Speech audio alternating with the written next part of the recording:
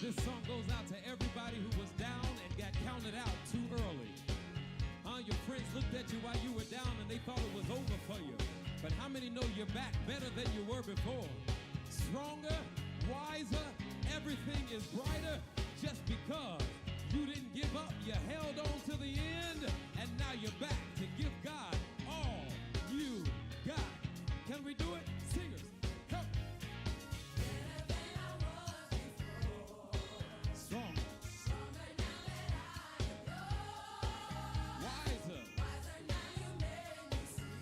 Lift my hands in victory. Come on, shout it in the atmosphere. I'm back. Come on. Say it again. Better than I was. Stronger now. Anybody smarter in the building? Come on. Lift my hands in victory.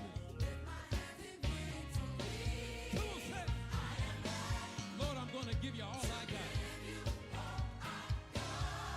This is somebody's testimony. You gave me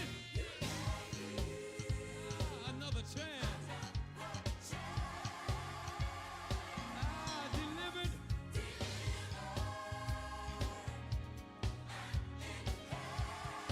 Come on, say it.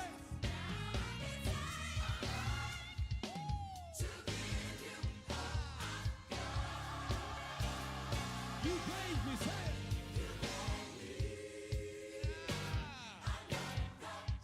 But you didn't stop there.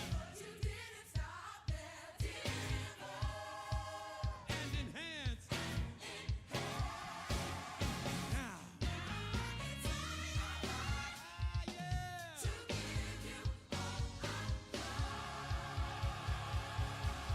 Now all the victory people in the house, every winner in the building, jump on your feet and put your hands together right here. Come on. I'm back from confusion in my mind. Say it. I'm back from depression. Yeah, I got my head lifted up. The devil thought he had me, but guess what? I got away. You thought it was over for me, but All right, good evening, everybody. Good evening, family. This is Bishop John Gandy, and I want to welcome you to another edition of In the Key of G. It's been a minute since we've been here. We had a lot of things going on, but we're here tonight, and we're excited about it. Tonight, I want to talk about something that is bigger than news, than a news cycle. It's bigger than politics, bigger than just the year that we're in. I believe we are stepping into a new era, of course, for America. And I want to pose a question tonight, but not just a question. I'm going to pose a question and offer what I think are some true valid considerations for us to think about how to move going forward. But tonight I want to talk about what does this mean for African Americans in this place in history. So the question will be, will we soar or will we be silenced? Will we be silenced or will we soar? To understand where we are, we've got to remember where we've been. And I was just talking with, I want to thank Kristen, of course, Kristen, my producer tonight, for being here. But I was just mentioning to Kristen that we got to understand where we've come from, where we've been, and it's not my focus tonight, but I want to mention this to setting up where we're going. You know, we have been through in America, African Americans have been through in America the era of slavery for 240 years, Jim Crow for about 100 years, and the civil rights era for about 60 years or so. And we are post-civil rights, and we are entering into a new era. What does that look like for us? What does that mean for us? What does that mean for us as particularly the African American or the black church? And I do make that distinction between the black church and church and more broadly, because our journey is going to be different. It's going to look different. It's going to be different. So I want to, it's just me on here again. So I want to talk about that tonight, and then we're going to add a few other things. So with that, I want to take a quick break. We're going to come back and we're going to be talking about the new era, preparing for the journey ahead. Hang in there. every third Thursday. Kristen, I did it again. Yeah. Can we kick it? Can we kick it? I'm sorry. Can I talk to you for a minute? That's more like it. Okay, here's my story. In becoming a lady, yeah, there are so many things to learn. About life and things that we made up. Now let me see where this is all going. Don't wanna be mistaken, for not being a Christian girl. Well, and my fear is being made fun of. Baby, let me tell you how to cope. Because your mama went through the same thing. Be not justified by what your friends might say. Mama, I do my best to obey the rules that you and daddy set. Keep me from doing something that I might regret. And even though it's hard, mama, don't change. Being your mama ain't an easy test. It's more than examples of how they could get dressed. The discipline and values I know you need to get. Even though you're hard at it, don't change. Now go ahead, baby. I know that I am special. Yeah, you are. Because I am a child of the king. Baby. But at the school, they be thinking that I'm arrogant. What? I don't understand it. Well, you told me to be proud of myself. Yes, I did. Why does it feel like I'm doing all the wrong things? Tell you how to be when you're attacked by the hands of the enemy. Hold your head up high and take it up slowly. Mama, I do my best to obey the rules that you and daddy said. I really try. And welcome back to thank you for being there. I've got a quick announcement. August the 29th, there is a WEHA is sponsoring a comedy showcase featuring and hosted by Carl, that boy Crazy Jenkins. I know Carl Jenkins, and he is quite funny. Also, Chris Clark, a great comedian, been around a long time. D.L. Douglas and Hez Green are the featured comedians. It'll be held at Beacon Hall at 243 St. Louis Avenue in Egg Harbor City. And the tickets are $30. You may purchase tickets by Cash App through $ We Have Gospel. Again, that's Cash App $ We Have Gospel. So, and you can also purchase tickets online at www.wehavegospel.com. And the doors open at 6 p.m. The show starts at 7 p.m. sharp. If you need for more information, you can call 609-641-8870 and push extension 2. And it will take you there, and you can get your tickets for the WEHA sponsored comedy showcase. All right, it's going to be a great fun time. All right, so back to our program for this evening. I themed tonight. I gave it a theme: a new era, preparing for the journey ahead. And I think that, and I don't want to be heavy. I don't want to be. Listen, I know all of us are challenged right now and carrying so many burdens, and I don't want us to be overwhelmed with things that are going to stress us out. But I do know that we can't be negligent, and we have to give consideration to where we're going, what lies ahead for us, and we got to be courageous and just kind of face it. So I want to talk about that tonight, but I'm not going to talk about it in terms of highlighting problems and issues and gripes and all that. I think the time for that has passed for the most part. I think we have to now begin to think about and talk seriously about where we are going, where we're moving, how we're going to move going forward. And it's with hope, it's with faith, and with believing God, trusting God, and I'm looking forward to moving forward. And my faith is strong, and I'm a thinking person. I also think that not only must we think about it in terms of personally, or in terms of or family, in terms of just our families, but we have to think about it in terms of our churches, in terms of all of our various segments of our community, and more broadly as a nation. And I don't want to rehash all the things that you have seen, that you're hearing about on television and all that, and all the alarming things. But I do want to talk about a few things that we should give serious consideration. So what does this new era that I'm proposing it to be, what does this new era look like? What will it look like? And there are several dynamics that I think that will shape African American history in the coming years. Political shifts. There'll be increased attempts at voter suppression, debates around diversity and inclusion, a rise in Christian nationalism, and that's going to be colliding with a renewed black civic engagement and black coalition building. Then also, it's going to be an economic realignment, and I think that we need to be talking about automation. We need to be giving serious consideration and informing ourselves on artificial intelligence, and global markets will disproportionately affect black community. But also open doors for entrepreneurship and tech opportunities and cooperative economics. So we have political considerations, political shifts, economic realignment, then also cultural expressions will be impacted also. And again, the question is, what will this new era look like?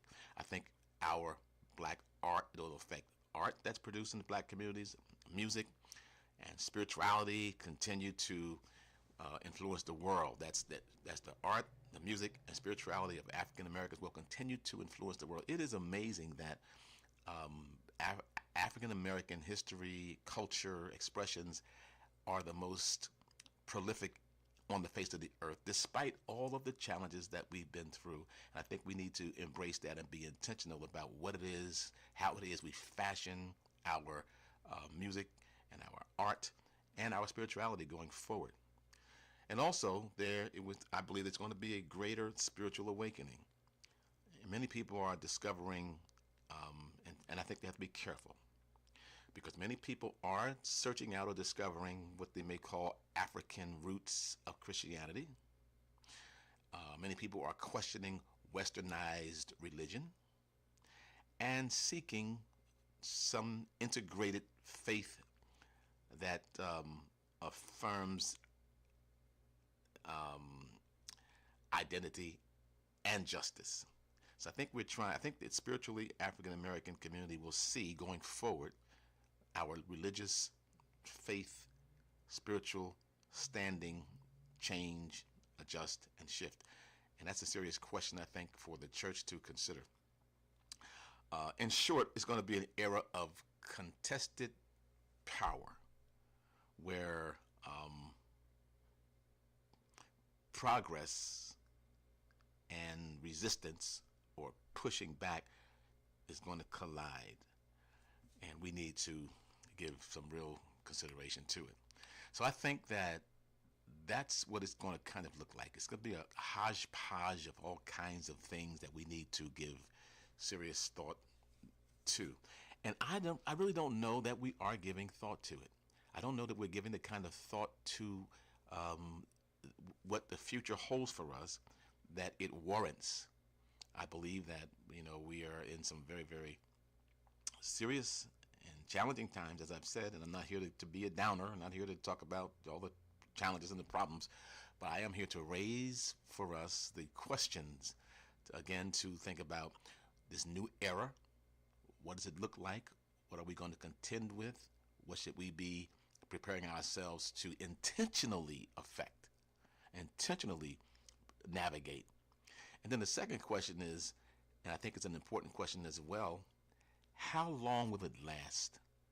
I talked about the fact that we're in a new era, and we, in America, we came through the era of slavery. We came through the era of Jim Crow, or slavery, then the Reconstruction period after we were emancipated, then Jim Crow, and then the Civil Rights era. And I contend that we are, of course, post-Civil Rights. And the question is, what is the next era? What does it look like? And also, I think a very important question is, how long will it last? History teaches us that usually these eras will last a generation, at least a generation. For us, for instance, Jim Crow lasted for several generations, 100 years. Of course, slavery was 240 years or better, and civil rights was about 60 years. So this new era, how long will it last, and why is that an important question? Well, I'm kind of senior now, but I've got children and I have grandchildren, And we're certainly thinking about how does this impact and affect their lives. So we have to be thinking about how long it's going to last and what should we be doing in preparation to survive it. And believe me, we're going to survive. We're going to more than survive. We're going to thrive. Thanks to young, brilliant minds like Kristen Eason, my young, brilliant producer, and many other young people. So we have got a lot of reasons to be hopeful and positive. So again, so the civil rights era stretched out about two decades. The Harlem Renaissance was about 2 decades. This era we're entering into may last 25 years, 30 years, but the impact of what's going on right now will be maybe 100 years or so. Roy Foreman says online, he says, 50 years ago, I purchased some Ernie Barnes painting, the guy who did the show Good Times, his artwork, and found out a few days ago the drawings are going up, wow, $50,000 to $100,000 a year, but I have no idea, no idea where it is. I always knew black art would be valuable. Purchased some more in the 90s. Yeah, and I think that's true. Roy, you have to find that. You have to find that piece of art, because yeah, and I think that again, you know, we are going. It's our art's going to be affected and continue to impact the world. Our music is going to continue to impact the world and shape the world. Who we are as a people impacts and shapes the world, even after all we've been through. I'm saying that because even though the things may look dire, remember who we are as a people. Remember how powerful we are. Remember how creative we are. Remember how impactful we are in the world. And so we don't get, we don't become overly stressed. And I want let me throw this in there too, to all of us, to encourage us. Don't be stressed out, despite what's going on. Just make the adjustment, accept what it is and where we are, and think about pivoting as to how do we move forward going forward. I'm going to talk about that tonight, and I want you to hang in there. And for that particular part of it, how we prepare and navigate. And this is where I want to slow down and talk directly to you. And I want to talk about 6 keys that I believe will help us walk through this new era with wisdom and with power. And by the way, if you have questions or comments online, you can comment or raise questions. I'll certainly would look forward to entertaining it. If you have a question and you're listening online, on radio, you can call in 609-641-8870. I welcome your engagement tonight, because I really don't want this to be a monologue. I much prefer a dialogue tonight, because this really affects all of us. So if you want to chime in, hit me up on Facebook Live and with your questions or comments, or call in again at 609-641-8870. So how do we prepare and navigate? I want to offer some things that I would suggest as a roadmap, practical and spiritually. And the first consideration is economics. Economics and ownership. We have to be serious about building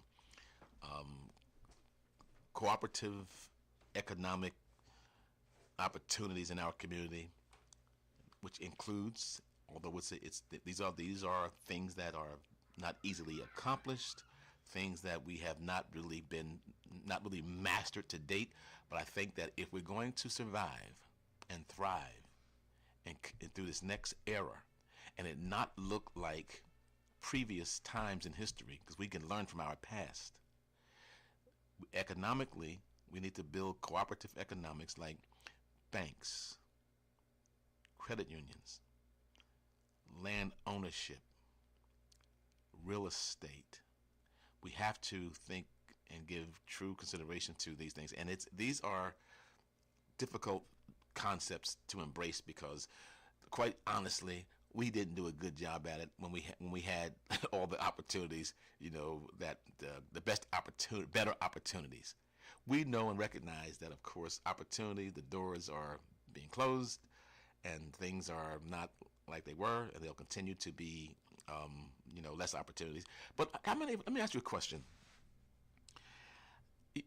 Is there a difference between what happens to wealthy people in this new era, wealthy African Americans and non-African Americans? Is there a difference in how wealthy people can move? Is there an opportunity for African Americans who have wealth to still take advantage of some of these opportunities? Because wealth does bring privilege.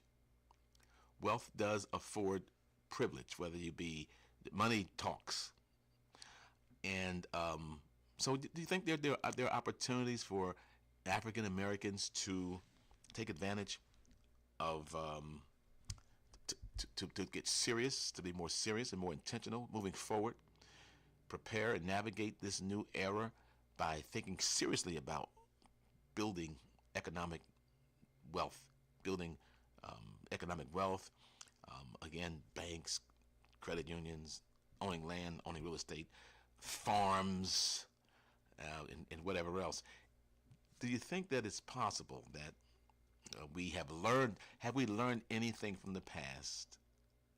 Will we find opportunities, and although opportunities are contracting, the doors are not as open as widely as they have been. But do you think that we can, as a people, is it worth us really giving serious consideration to it? I think it is.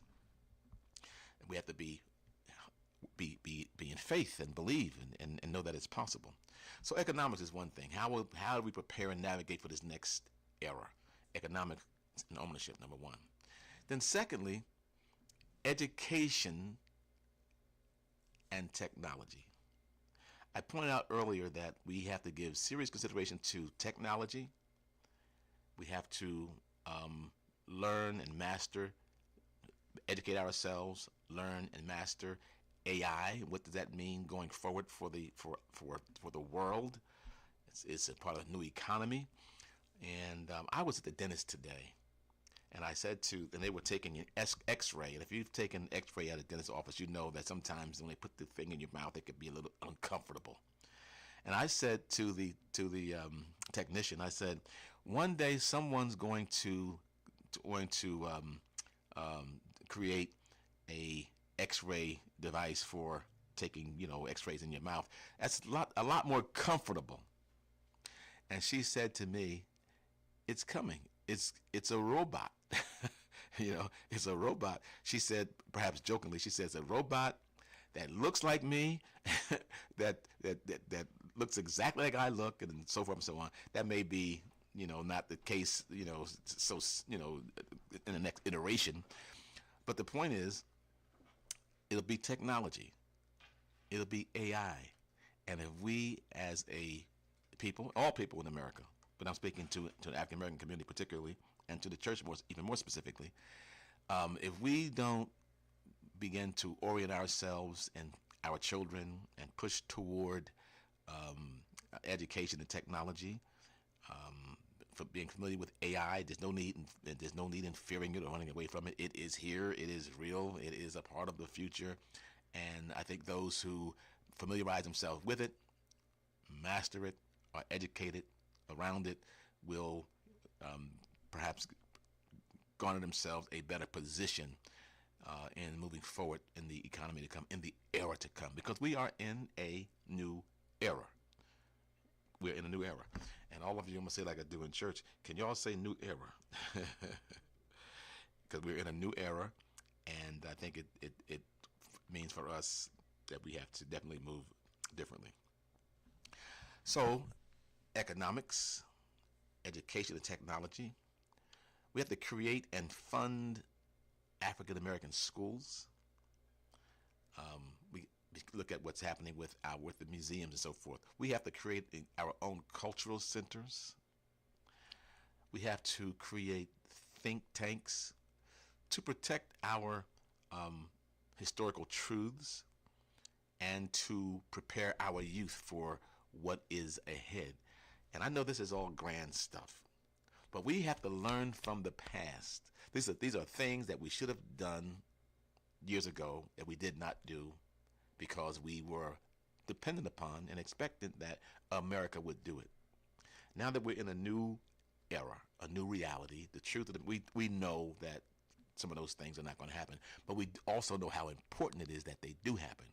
So we have an opportunity to think differently, to move differently going forward. Roy says, of course, but confidence has shrunk. Yeah.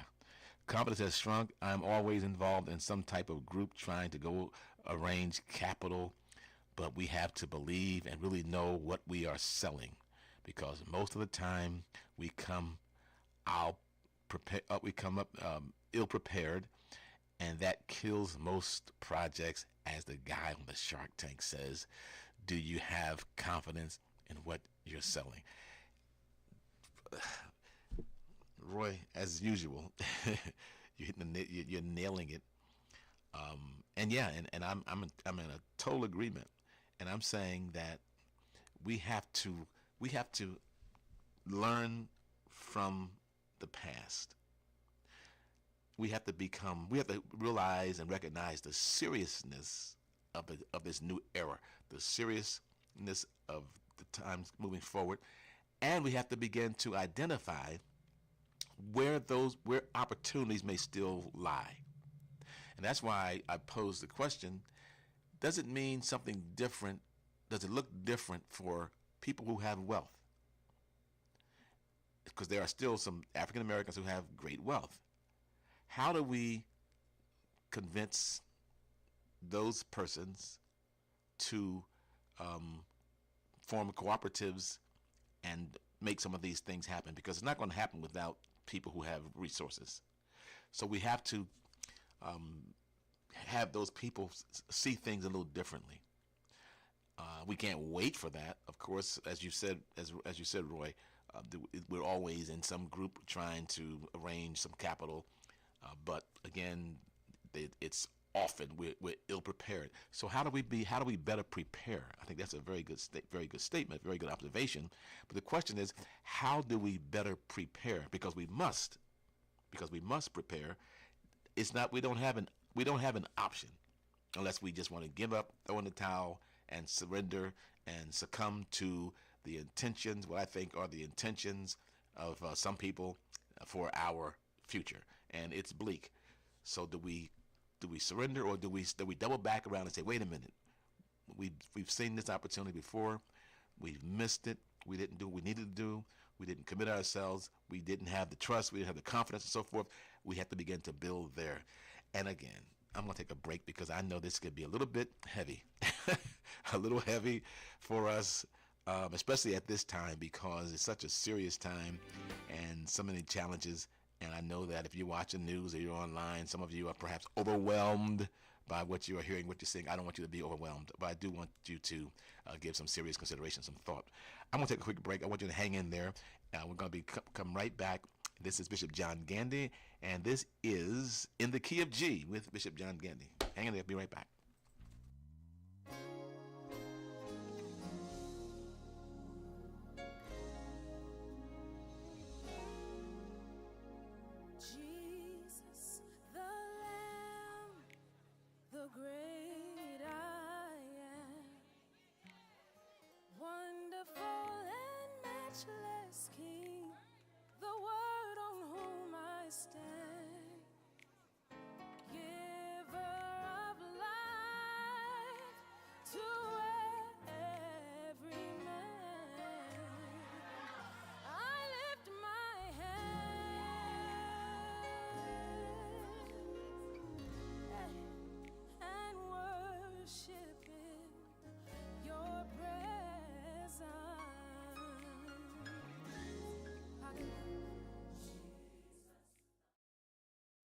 Bruce Weeks, Pamela Fields, and the Economic Development Team for the City of Atlantic City cordially invite you to the Black Business Expo. It's all about black entrepreneurship, economic empowerment, and community with Mayor Marty Small Sr., Dr. John E. Harmon, and Ralph Hunter Sr., featuring vendor exhibits, panel discussions, networking opportunities, live radio interviews, and small business micro grant applications. Tuesday, August 26th, 5 p.m. to 8 p.m. at the All Wars Memorial Building, located at 1510 Adriatic Avenue, Atlantic City, New Jersey, 08401. If you require reasonable accommodations to participate in city programs, activities, and services, you can contact achr.gov or call 609-347-5374. Don't miss the Black Business Expo. Yes. All right, welcome back to In the Key of G with Bishop John Gandy. Tonight we're talking about a new era, preparing for the journey ahead. And as I said when I opened up, I don't want this to be heavy. I don't want it to be overwhelming, so I'm not going to highlight and talk about all the challenges and all the difficulties and all that. We already been through that. We know that. I think we missed some opportunities, and we were negligent in some ways, but we're going to recover. So we're talking tonight about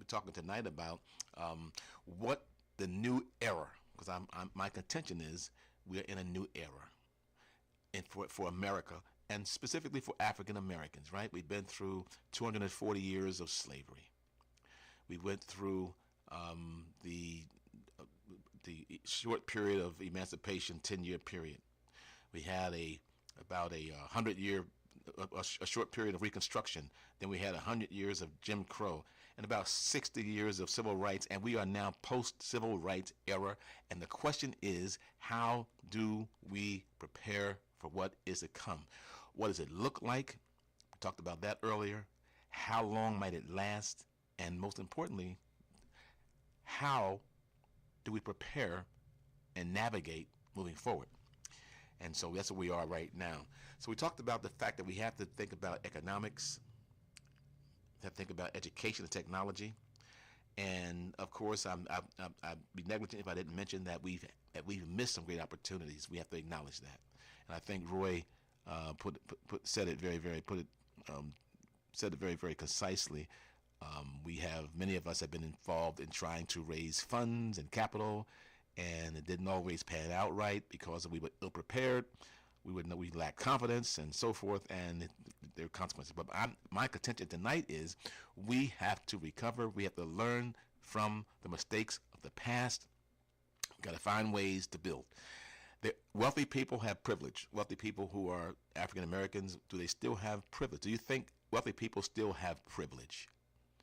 And if they do, how do we then convince wealthy African Americans to help us, to help our people, to form banks, financing, to build businesses and so forth? Because it takes money to do these things.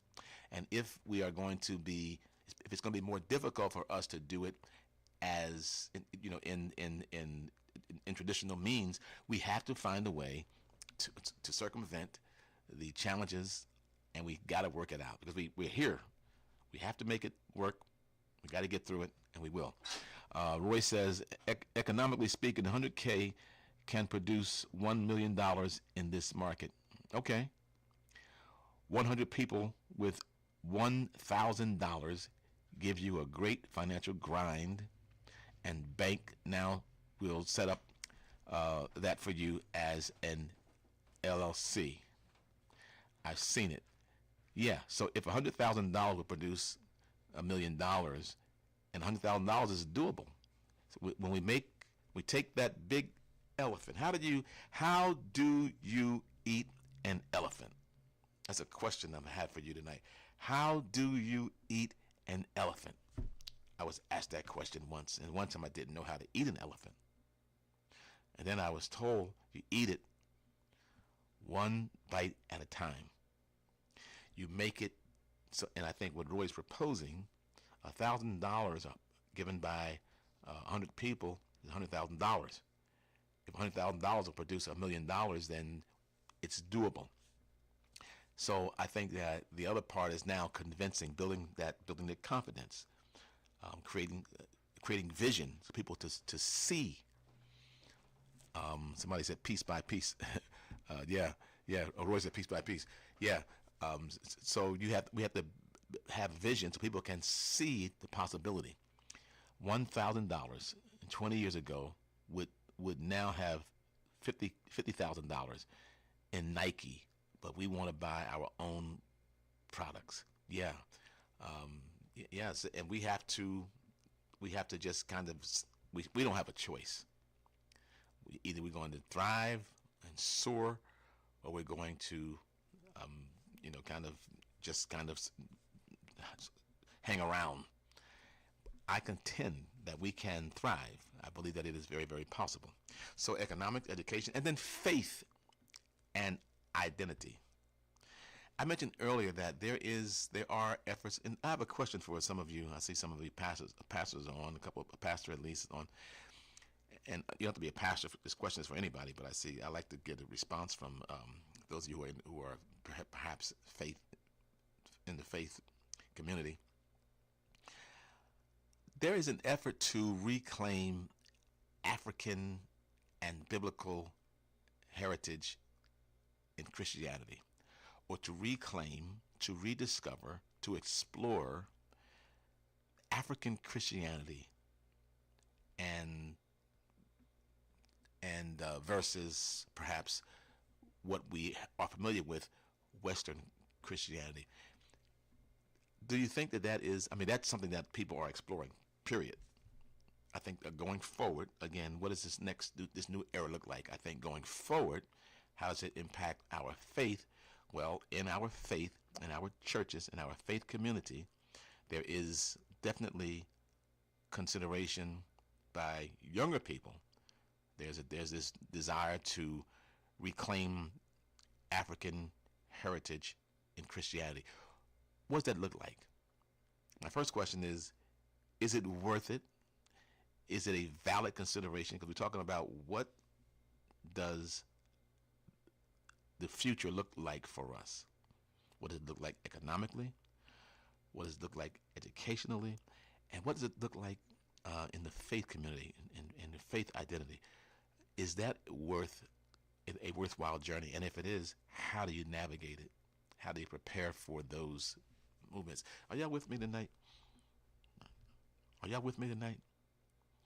Because I feel the preacher getting ready to come on in a minute. So is it something that is worth? And I hope I can get a response from you. Is it worth exploring? We have to teach technology that empowers rather than pacifies. Thank you. Technology that empowers and messages that empower and not just pacify. I made a comment offline that I'm not going to make online because it could be misinterpreted. But I think that we have a preoccupation. Somebody, I think, said earlier, we have a preoccupation with things, subjects, activities that are really not, that are of no value. We don't have time. We don't have time to waste. We don't have time to waste in things that are meaningless. We don't have time to just follow sports. Who won the game, and we don't have that luxury anymore. And we have to change how we move. Pastor Joseph James says, "Strive, soar, and live, or live a slow, steady death."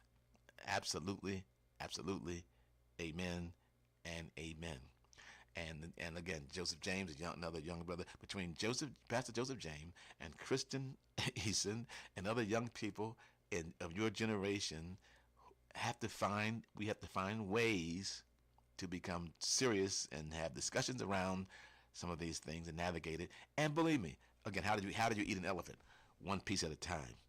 Don't have to worry about trying to create the biggest or the best or the greatest. You have to find a way to create a future, an opportunity for yourself and those in your circle. We have to be thinking about buying land for farms. You got to think about growing your own food. How many of y'all know that's real?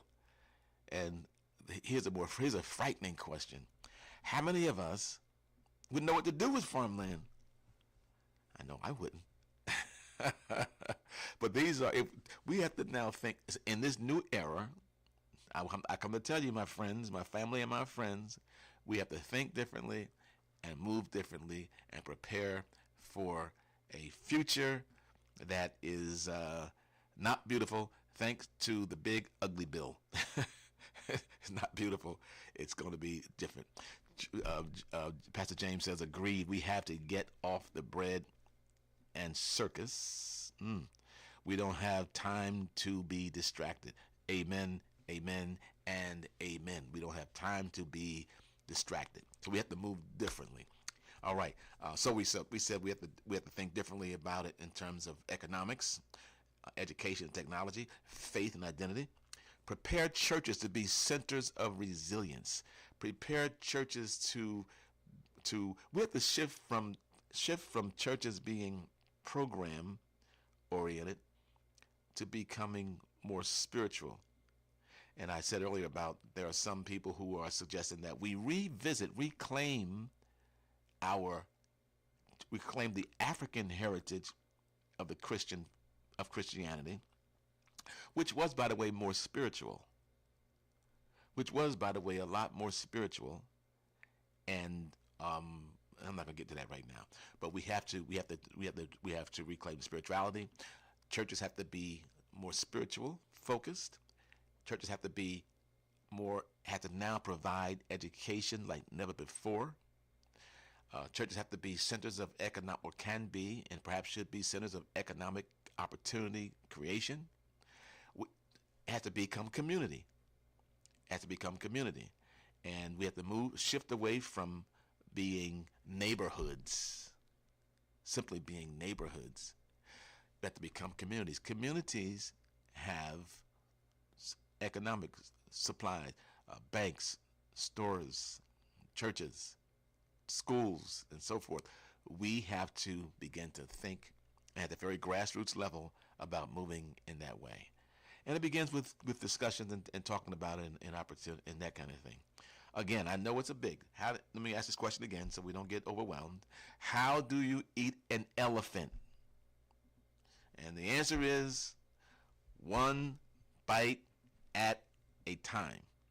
So don't get overwhelmed and say this is too big for me and I'm going to dismiss it. Listen, this is something that none of us have the luxury of ignoring.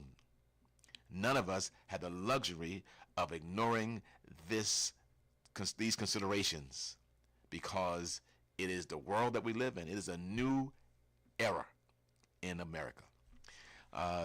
Pastor James has agreed. Community and group economic, absolutely, and we have to give more thought to it. I'm going to take another quick break right here, and then we're going to come back and we're going to continue. And I want to talk about a couple other things that we need to areas to consider and navigate as we move forward in this new era. You're listening to In the Key of G with Bishop John Gandy. So glad you're there. Be back in about 2 minutes. Hang in there. Bruce Weeks, Pamela Fields, and the Economic Development Team for the City of Atlantic City cordially invite you to the Black Business Expo. It's all about Black entrepreneurship, economic empowerment, and community with Mayor Marty Small Sr., Dr. John E. Harmon, and Ralph Hunter Sr., featuring vendor exhibits, panel discussions, networking opportunities, live radio interviews, and small business micro grant applications. Tuesday, August 26th, 5 p.m. to 8 p.m. at the All Wars Memorial Building, located at 1510 Adriatic Avenue, Atlantic City, New Jersey, 08401. If you require reasonable accommodations to participate in city programs, activities, and services, you can contact achr.gov or call 609-347-5374. Don't miss the Black Business Expo.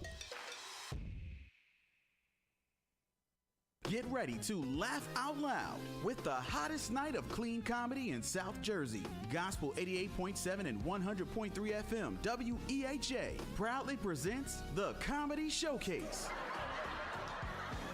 happening Friday, August 29th at Beacon Hall, 243 St. Louis Avenue, Egg Harbor City, New Jersey, featuring the hilarious Hez Green, the unforgettable D.L. Douglas, and the side-splitting Chris Clark, hosted by none other than Carl "That Boy Crazy" Jenkins. Doors open at 6 p.m. and the show starts at 7 sharp. Tickets are just $30 and going fast. Grab yours now through Cash App at $We Have Gospel, online at wehavegospel.com, or call 609-641-8870, extension 2. Don't miss a night of faith, fellowship, and fantastic laughs. The WEHA Comedy Showcase, Friday, August 29th. Be there and bring a friend.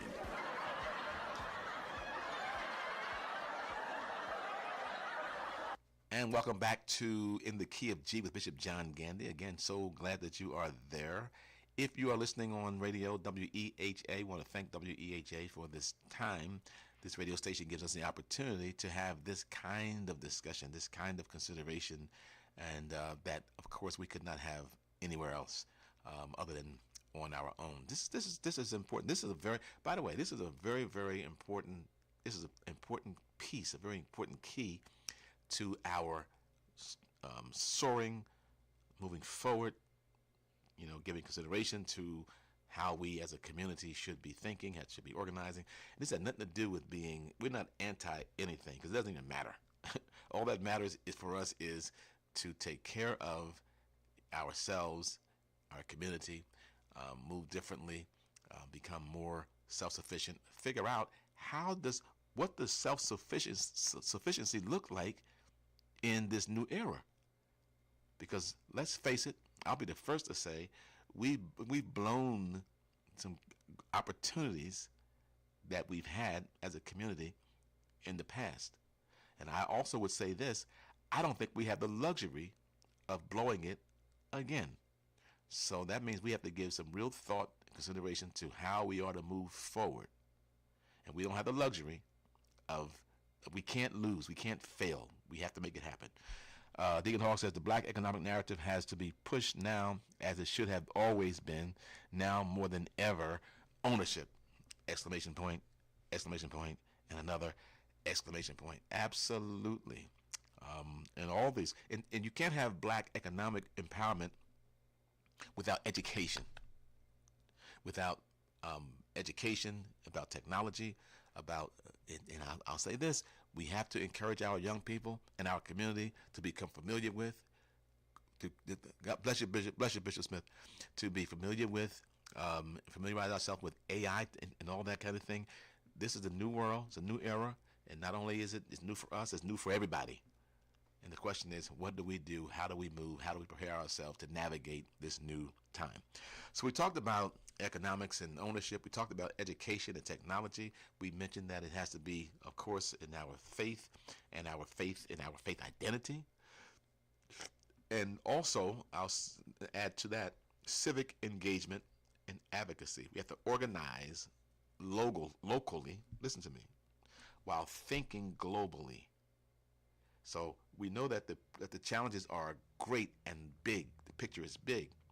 But it begins by organizing locally, in your family, perhaps buying land together, farmland or whatever the case might be, your neighbors, your those in your community, or finding people in your community who are like yourself, business-minded people or people who have the same faith or whatever. Got to find ways to create and develop and build community so that we can begin to garner resources and ideas. Resources, not just resources, human resources, material resources, whatever we need to be able to move forward and to become self-sufficient. Do y'all agree with that? Does this? I know it's a lot to consume, and we would much rather do something else. But am I content we don't have the luxury of doing anything else? Calvin, Bishop Smith is on. Bishop Smith, he's on 609-641-8870. Bishop, you want to come on? He's a great entrepreneur in the DMV area, and I would love for you to come on, sir, and just say something if you want to. 609-641-8870 if you're still there.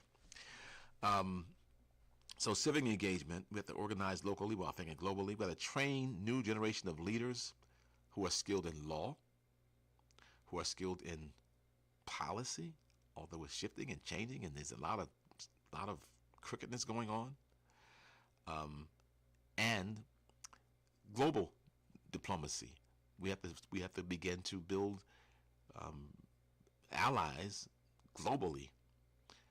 We are the only people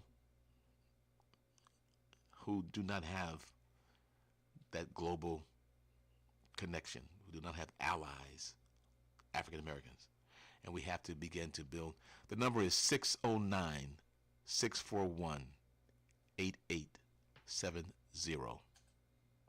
That's the number, Bishop. And then also health and wholeness. We have to address systemic health disparities with both in terms of advocacy and, more importantly, lifestyle changes. If we're going to be serious about building and attending to health, there must be lifestyle changes. You want to join, Bishop? Okay. I think. Let me see. How do I bring you in here?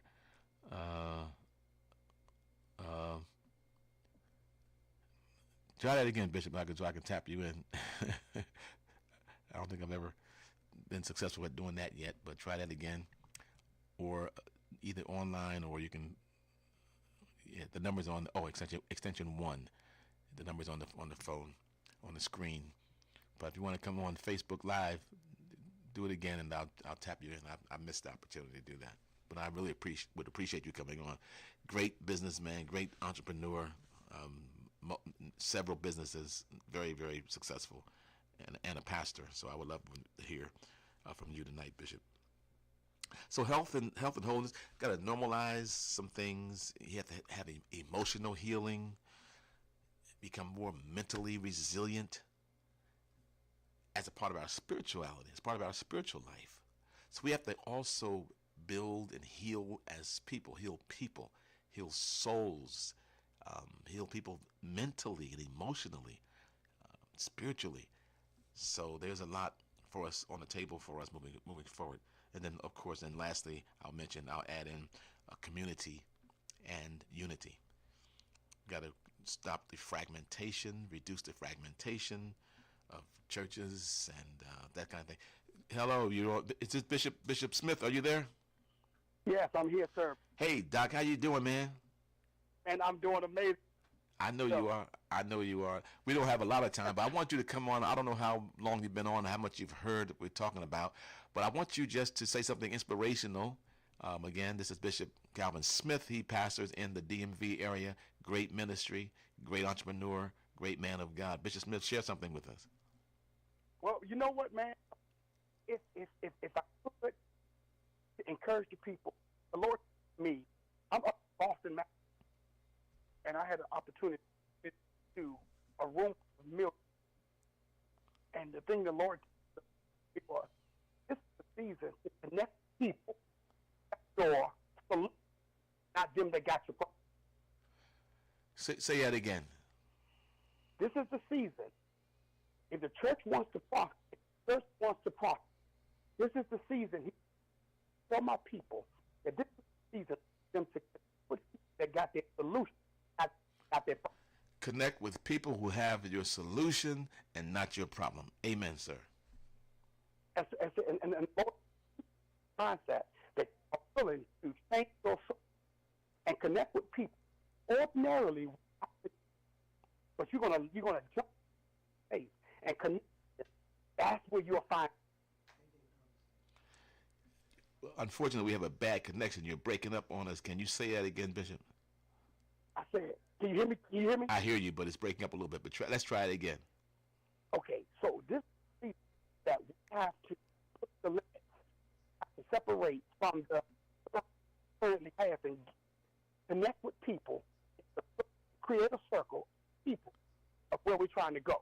We have to create a whole new net because people that get your problem. Bishop, are you on speaker? Yeah. Can you go to your phone directly? Sure will. Hanging with people that got your problem, they're going to become enablers. and pacifiers to your problem. But people who have your solution are going to challenge you and push you to that place called next that you're believing God for. You cannot get to next if you're not challenged and not pushed there. Sir, that's the message I'm carrying everywhere I go. It's to challenge the people of God to jump out of your circle and get with people that got your solution. So you've said a whole lot. You said a whole sermon right there, and I think that for us moving forward, we have to begin to be more serious, more intentional about moving in that way. And it's at the point now where we don't really have the luxury of and the convenience of waiting. I think that we are in very serious times. The clock is ticking, and we have a window of opportunity to prepare. You are absolutely right. We can either take advantage of it, or we can wait until it becomes so challenging and all the barriers have been sit in place, and we are almost locked in without the ability to even connect. Right. So we have to begin to move now and move with intentionality. That's why I'm happy and I thank God that we were able to connect. Absolutely, man. I got to get up there to you guys, man. I'll be up your way in a couple of weeks, man. I'm gonna come through and just visit. I'm looking forward to it, bro. We're gonna break some bread, all right? Absolutely. Please tell your wife I said hello. Thank you, sir. Do the same, all right? Bless you, man. God bless. All right. All right. That was Bishop Calvin Smith out of the DMV area. We appreciate him, and he's a great entrepreneur. And he's right. You know, you have to connect with people who have your answers and not people who have your problems, or at least people who dwell on the problems. We may have similar problems, similar challenges, and we can connect, but we have to connect around seeking answers to the problems and not simply rehearsing and rehashing problems. All right. Thank you so much for all of you for being there. We appreciate you tonight. I hope that you were blessed and edified by what we shared tonight. We talked about a new era. This is a new era for America, a new era for the African American community, a new era literally for the world. And the question again for us is, what does it look like? How long will it last? And more importantly, what should we do about it? How do we navigate our way through this new era? I pray that you will give some serious prayerful consideration to it, and know that the question is, will you be silenced or will you soar? I say that we soar in Jesus Christ. God bless you. Thank you for being here tonight. Love you. Have a great night. See you in next month, third Thursday every month in the Key of G with Bishop John Gandy. God bless. Have a good night.